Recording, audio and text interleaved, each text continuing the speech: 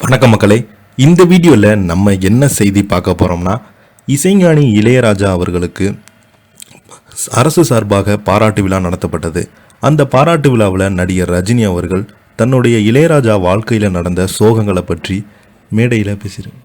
அங்கே என்ன தகவல் என்ன செய்தின்னு இந்த வீடியோவில் விரிவாக பார்க்கலாம். அதுக்கு முன்னாடி முதன்முறையாக நம்ம சேனலை ஃபஸ்ட் டைம் பார்க்குறீங்கன்னா சப்ஸ்கிரைப் பண்ணாதவங்களாம் சப்ஸ்கிரைப் பண்ணிக்கோங்க. பெல் பட்டன்ஸ் மூலமைக்கு நம்ம சேனலோட நோட்டிஃபிகேஷனை எனபிள் பண்ணிக்கோங்க. நாங்கள் போடுற வீடியோ எல்லாமே உங்களுக்கு உடனுக்குடனே வந்து சேரும். வாங்க என்ன தகவல் என்ன செய்தின்னு இந்த வீடியோவில் விரிவாக பார்த்து தெரிஞ்சுக்கலாம். மகள் மனைவிக்கு கூட கண்ணீர் சிந்தாத இளையராஜா நண்பனுடைய இறப்பு செய்தி கேட்டதுமே துடிதுடித்து போனார். ரஜினி அவர்கள் மேடையில் பேசிய விஷயம் பார்ப்போரை கண்கலங்க வைத்திருக்கிறது. இளையராஜா அவர்களுக்கு இப்படி ஒரு சோகமா என்று ரசிகர்கள் ஆச்சரியத்தில் ஆழ்ந்திருக்கிறாங்க. வாங்க என்ன தகவல்னு இந்த வீடியோவில் விரிவாக பார்த்து தெரிஞ்சுக்கலாம். வாங்க. தமிழ் சினிமா உலகில் இசைஞானி இளையராஜா மற்றும் பாடகர் எஸ்பி பாலசுப்ரமணியன் அவர்கள் இடையான உறவு எப்போதுமே ரசிகர்களுக்கு பெரிய பேசும் பொருளாக இருக்கிறது.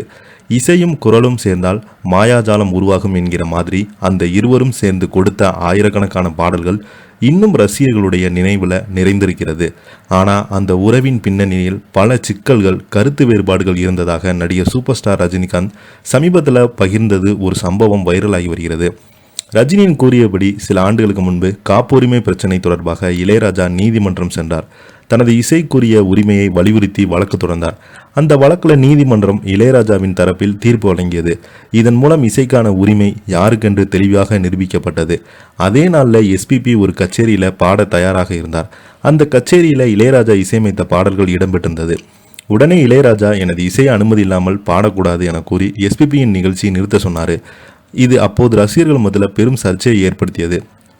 ஆனால் விதியின் விளையாட்டு என்னவோ, சில ஆண்டுகளுக்கு பிறகு கோவிட் காலத்தில் எஸ்பிபி அவர்கள் காலமானார். அப்போது எஸ்பிபிக்கு மரியாதை செலுத்தும் விதமாக இளையராஜா கண்ணீர் விட்டார்.